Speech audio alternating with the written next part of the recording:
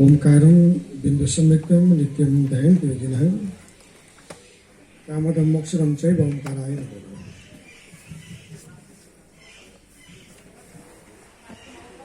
अत्यन्तै अनुशीलन योग्य वन्दनीय कामको प्रारम्भ गर्नुभएका विश्व निर्वाचन र जसको आयोजना भइरहेको सभाका सभा अध्यक्ष हाम्रा आदरणीय मित्र युवाका अग्रणी व्यक्तित्व अभियन्ता विश्व निर्वाचनका अध्यक्ष ऋषिकेशजङ शाहज्यू, आजका प्रमुख आमन्त्रित व्यक्तित्व नेपाल सरकारका पूर्व उप प्रधानमन्त्री तथा गृहमन्त्री, नेपाली कांग्रेसका नेता उपसभापति आदरणीय व्यक्तित्व विमलेन्द्र नेविज्यू, स्वामी तथागतज्यू, अघि नै आफूलाई विशेषज्ञ नभन्न आग्रह गर्नुभयो। एउटा विचारको खानी, एउटा विचार मान्यता र एउटा चाहिँ सोच लिएर अगाडि बढ्नुभएका अभियन्ता हुनुहुन्छ राजीव पापीजी, माननीय केशव स्थापितज्यू लगायत अन्य व्यक्तित्वहरू, युवा साथीहरू, पत्रकार मित्रहरू। अब यो कार्यक्रम एउटा बहुआयामिक कार्यक्रम जस्तो मैले महसुस गरेको छु। यो कार्यक्रमसँग अर्थतन्त्र पनि जोडिए जस्तो, यो कार्यक्रमसँग धर्म पनि जोडिए जस्तो, यो कार्यक्रमसँग पूर्वीय दर्शन र राष्ट्रियता पनि जोडिए जस्तो, यो कार्यक्रमसँग युवाहरूको भविष्य पनि जोडिए जस्तो, यो कार्यक्रमसँग एउटा वेद र बुद्धको मान्यता अनि योगी नरनाथको वैदिक साम्यवादको चिन्तन, जसलाई विश्वलाई नेपालले नेतृत्व गर्नुपर्छ भन्ने मान्यता मुखरित भए जस्तो मैले सबै कुराको एउटा पुञ्जको रूपमा आज यो कार्यक्रममा मैले लिएको। सर्वप्रथम महाकाल त्रिशूल डाँडा उपभोक्ता समिति त्रिशूल स्थापना गर्नका लागि नेपालकै हामी विश्वकै सबभन्दा अग्लो त्रिशूल स्थापित गरिकन धार्मिक पर्यटकीय क्षेत्रको रूपमा नेपाललाई एउटा धार्मिक पर्यटकीय राष्ट्रको रूपमा उजागर गर्नका लागि दत्तचित्त हुनुहुन्छ।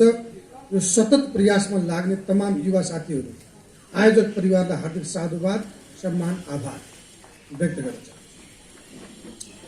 र विशेषतः यो पाशुपत क्षेत्र हो, यो पशुपतिनाथको क्षेत्र जहाँ योगको सुरु, विश्वमा योगको मान्यता अहिले विश्वव्यापी भएको छ। अमेरिकामा यसपालिको चुनावमा यहाँले कतिको गर्नुभयो, कतिको चाहिँ ख्याल गर्नुभयो, डोनाल्ड ट्रम्पले एउटा विषयको एउटा पदावली बार बार प्रयोग गर्ने गरे कि अमेरिकाको चाहिँ चर्चमा मान्छे जान छोड्यो। किन जान छोड्यो? योग सेन्टर, मेडिटेसन सेन्टर भनेपछि योग र ध्यान केन्द्रमा भिड लागेको छ। चर्चको मान्छे जान छोड्यो। किन जान छोड्यो? यो कुराको अनुसन्धान म राष्ट्रपति भयो भने यो कुराको उठान म गर्दछु भनेर ट्रम्पले बारम्बार बोलेको मैले सुने। यहाँले कतिको सुन्नु? उनीहरू मौलिकतातिर फर्किरहेको, अब मौलिकतातिर फर्किनुपर्छ भन्ने मान्यता। यहाँ मौलिकतातिर फर्कने चिन्तन भयो भने यो परम्परावादी, यो रूढिवादी, यो चाहिँ पुरातनवादी भन्ने चिन्तन। हाम्रो परिचय हामीले दिने कि अरूले दिने? हामीले युरोपियन संस्कृतिको अनुशीलन गरेर हामी महान बन्छौँ कि? कोही हाम्रो चाहिँ नेपालमा यहाँ आदरणीय नेता हुनुहुन्छ, मैले यतिर भन्न सकिनँ, चाहिनँ। नेपालमा एउटा चाहिँ पदावली बहुत प्रयोग, वेस्ट मिनिस्टर सिस्टम भनेर। हाम्रो चिन्तन, हाम्रो दर्शन, हाम्रो पद्धतिहरू, हाम्रो व्यवस्थापनले नेतृत्व गर्ने सवाल रह्यो भने अनि हाम्रो नाम उच्च हुन्छ। यहाँको संस्कृति उठान भयो भने अहिले हामीलाई के गौरव छ भने हामी अमेरिका जाँदाखेरि, हामी अन्य मुलुकमा जाँदाखेरि चाहिँ योग र मेडिटेसन सेन्टरमा मान्छेको भिड लाग्यो भन्दाखेरि हामी गौरव गर्छौँ। तर योग नेपालको हो। अहिले इन्डियाले योग आफ्नो बनाएको, बुद्ध नेपालको मेडिटेसनलाई एउटा साइन्टिफिक ढङ्गबाट, वैज्ञानिक ढङ्गबाट उठान गर्नुभयो बुद्धले। तर ध्यानलाई पनि इन्डियाले आफ्नो बनाएको छ। हाम्रो आफ्नोपनको विकास गर्नका लागि अब राज्य स्तरबाटै यो कुरा उठान गर्नका लागि हामी युवाले घचघचाउनु पर्छ कि वेद र बुद्ध नेपालको हो। वेद र बुद्ध नेपालको हो। वेद र बुद्धले विश्वलाई नेतृत्व गर्दैछ कि वेदको योग, बुद्धको ध्यान। वेदको योग चाहिँ त्यसको प्रारम्भकर्ता भगवान पशुपतिनाथ, यो हिमालको क्षेत्र, हिमालको चाहिँ हिमनदीबाट ज्ञानको गङ्गा बहेको क्षेत्र। त्यसैले विश्वको दर्शनको आधारशिला हो।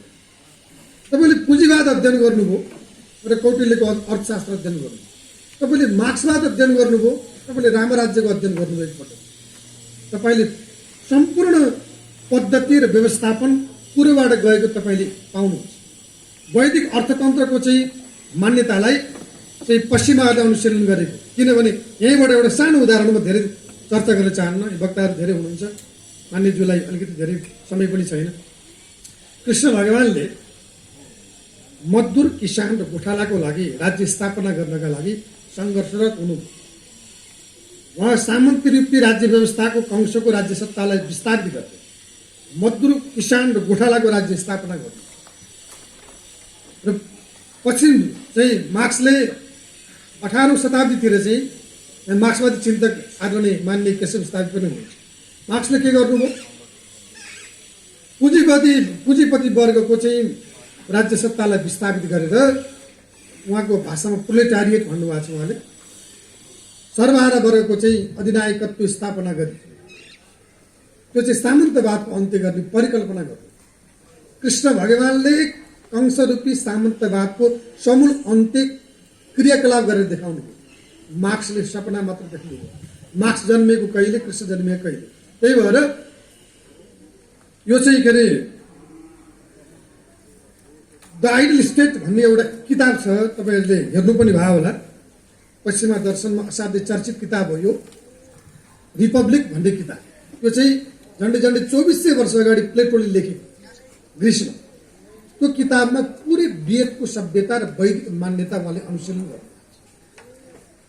उहाँको चेलो पछि गएर इमानुएल कान्ट, एरिस्टोटल, त्यसपछि जर्मनमा इमानुएल कान्ट, त्यसपछि उनको चेलो हेगलको अब्जेक्टिभ आइडियलिजमलाई ठ्याक्कै उल्टो गरेर मार्क्सले डायलेक्टिकल मेट्रोलिजम, द्वन्द्वात्मक भौतिकवाद निर्माण गर्ने काम गर्यो। त्यो द्वन्द्वात्मक भौतिकवादको सार के थियो भने कृष्णको विचार, कृष्णको चेलो प्लेटोको चेलो एरिस्टोटलको चेलो कान्टको चेलो के अरे हेगलको चेलो मार्क्स। त्यही भएर मार्क्स पनि कृष्णवादी हो। त्यही भएर नेपालका कम्युनिस्टहरूले धर्मको या कृष्णको विरोध गर्नु कुनै अर्थ छैन, किनभने मार्क्स पनि कृष्णवादी नै हो। यदि सच्चा मान्यतालाई यदि ज्वरोलाई समाउने भने नेपालका कम्युनिस्टहरूले पनि कृष्णलाई मान्नुपर्छ भन्ने मेरो भनाइ। त्यसरी पश्चिमा दर्शनको आधारशिला हाम्रो भूमि, यो सभ्यता यहाँबाट सुरु भएको छ। 4 वेद नेपालमा रचना गर्यो।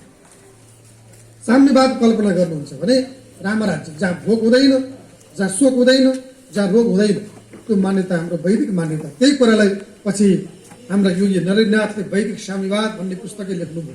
एकपल्ट त्यो पुस्तक अध्ययन गरिकन यहाँ मौलिकपनको विकास गर्नका लागि अहिलेका युवाहरूले एक किसिमको ऊर्जा भर्नका निमित्त म सबैलाई आग्रह पनि गर्न चाहन्छु।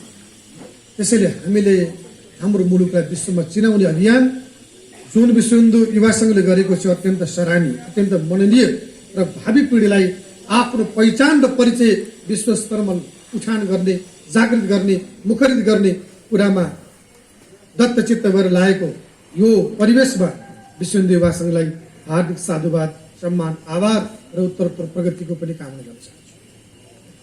सम्मानित व्यक्तित्वहरू, हामी एउटा चिन्तन लिएर अगाडि बढ्न जरुरी छ। एउटा चिन्तन कस्तो चिन्तन भन्दाखेरि हाम्रो चिन्तन संस्कार र आविष्कारको चिन्तन। हाम्रा ऋषिमुनिहरू सबै वैज्ञानिक थिए, एउटा सिद्धान्त प्रतिपादन गर्ने काम गरे। चाहे पुष्पक विमानको कुरादेखि लिएर चाहिँ अहिले चाहे मैले धेरै पटक भन्ने गरेको छु, क्वान्टम फिजिक्स यहाँ इन्जिनियर डक्टर धेरै हुनुहुन्छ।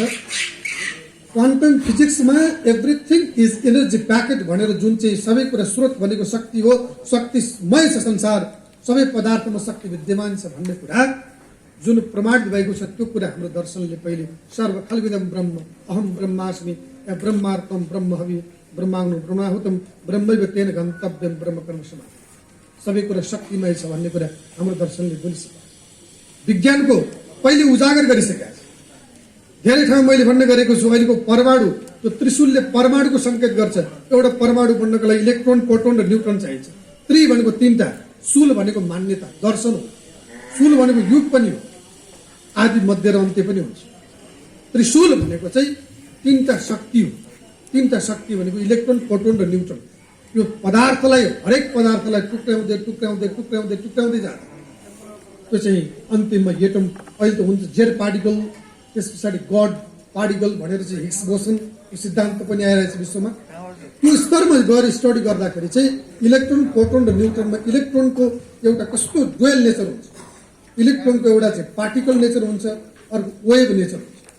त्यो वेभ नेचरतिर विश्व गएको थिएन। अहिले चाहिँ क्वान्टम फिजिक्सहरूले चाहिँ यो विषयमा अहिले हरेक कुरा तरङ्गको स्रोत भाइब्रेसन हो, भाइब्रेसनको स्रोत भनेको चाहिँ चेतना हो भन्ने कुरा अहिले प्रमाणित गरेको छ कि नेपालले चेतनाको विषयमा, ब्रह्मचिन्तनको विषयमा वेद जस्तो शास्त्र रचना गरेर चेतनाको भरपूर र विहङ्गम व्याख्या, विपुल व्याख्या योभन्दा धेरै वर्ष अगाडि गरिसकेको छ।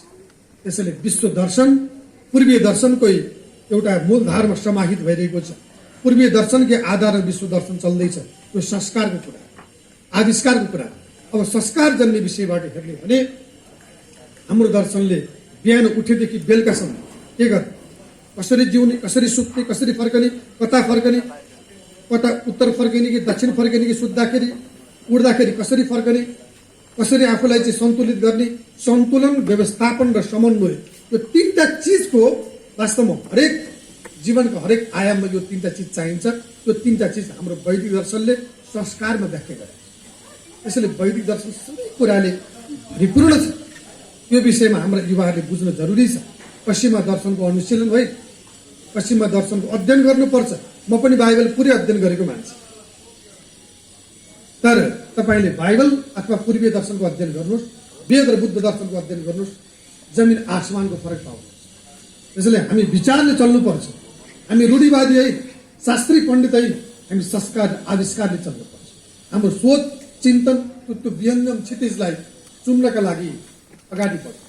त्यो हामीसँग दर्शन छ, हामीसँग व्यवहार छ, हामीसँग संस्कार छ, हामीसँग विचार छ। त्यो विचारलाई उठान गर्नका लागि युवा पङ्क्ति जुन लामबद्ध भएर यो महान अभियानमा सतत प्रयासमा अगाडि बढेको छ, यहाँहरू सबैलाई हार्दिक साधुवाद छ, सम्मान छ। म चाहिँ मेरो चाहिँ तर्फबाट भनौँ, यहाँहरूको चाहिँ यो सतत प्रयासलाई मन वचन कर्मले सदैव साथ दिने म प्रण गर्न चाहन्छु। र आदरणीय व्यक्तित्वहरू, यहाँ अन्तिममा म के भन्छु भने आदरणीय नेताहरू पनि हुनुहुन्छ, हिन्दू अभियन्ताहरू पनि हुनुहुन्छ, अन्य गुरुहरू पनि हुनुहुन्छ। म चाहिँ के भन्ने मान्छे भने हिन्दू बन्ने कि हिन्दू भन्ने, यो बहस जरुरी छ। हिन्दू भन्ने धेरै भयो, हिन्दू बन्ने प्रक्रियामा जान्छ। हिन्दू भने र हिन्दू कसरी भयो त्यो विषयमा विश्व हिन्दू युवासँग नेतृत्व गरोस्। समय छैन र शिक्षणात्मक कार्यक्रमहरू अन्य हिसाबबाट लामबद्ध भएर हातेमालो गर्दै सँगसँगै हिँडेर कसरी साथ दिनुपर्छ हामी तयार छौँ। त्यसैले भन्ने होइन, भन्ने धेरै भए भनेर केही पनि हुँदैन, बन्ने प्रक्रियामा गइयो भने दिगो हुन्छ।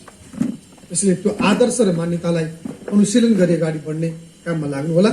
र नेपालको अघि नै राजीवजीकै कुरालाई जोड दिएर म के भन्छु भने यो गानालाई चाहिँ हाम्रो एउटा जडीबुटीको रूपमा विकास गर्दै अगाडि बढ्ने भने यहाँको अर्थतन्त्रको विषयमा अहिले 68% चाहिँ मैले सुन्दैछु अमेरिकामा 68% व्यक्तिहरूले भोटिङमा गाँजालाई मरिजुवानालाई चाहिँ उनीहरूले चाहिँ सपोर्ट गरे कि नेपाल पनि त्यसको विकास सँगसँगै निर्यात गर्न सक्यो भने अर्थतन्त्रमा ठुलो त्यो यसको विज्ञ त होइन। म यस विषयमा केशव स्थापित मान्यज्यूले धेरै पहिलेदेखि कुरा उठान गर्नुभएको छ।